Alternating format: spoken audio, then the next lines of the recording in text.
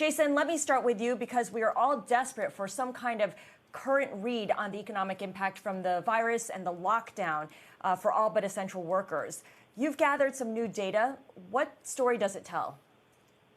Hi, Scarlett. Well, what we found is we do these two business surveys every month, and the survey's in the field the first 10 days of the month, and we have a survey of manufacturing firms and service firms.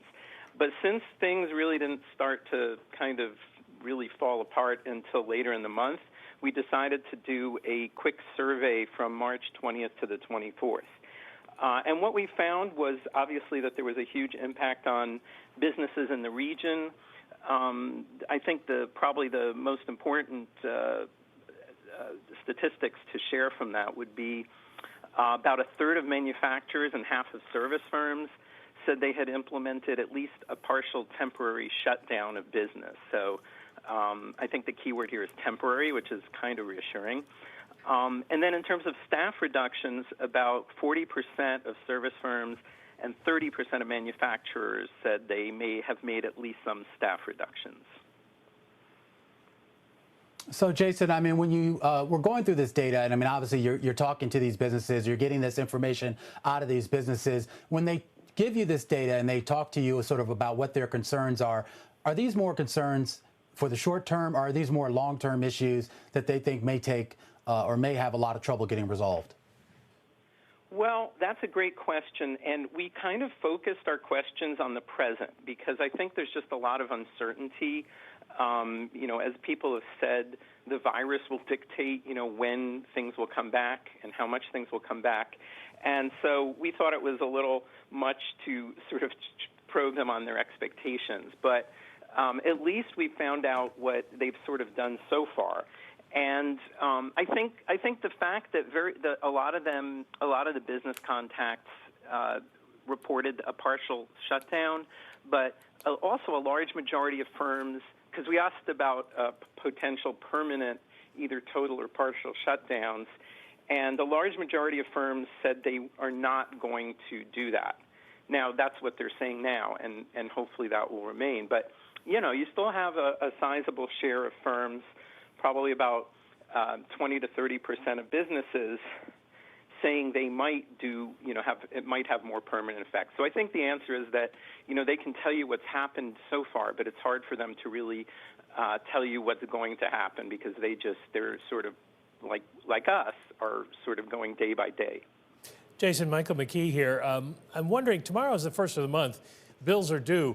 What are companies saying about their solvency, about their cash flow? Yeah, we asked about how concerned they were. Now, remember, this was a week ago, and a lot, even in the last week, a lot has happened. But at that time, a sizable proportion said they were concerned about concerned about maintaining solvency. So 30% of service firms and about the same proportion of manufacturing concerns said they were very concerned. And then another 40% roughly said they were somewhat concerned. Now, it's understandable. Being concerned doesn't mean that, they're on the brink of something bad. But this is a big concern, not only, maintaining cash flow, but just maintaining solvency. And then a lot of firms were concerned about getting adequate credit from suppliers. So, in other words, you have your accounts payable and receivable. And a sizable proportion, similar to the solvency one, are concerned about incurring excessive debt. I'm wondering how this, and I know this is a week-old survey that was somewhat limited in scope, but how you interpret it in terms of the way things might develop from here on. There are thousands and thousands of people who commute into New York from Connecticut, from New Jersey. How many of these companies say their people are still working but telecommuting now? Yeah, so the survey we've done, we've been able to look at, by the location of the actual business.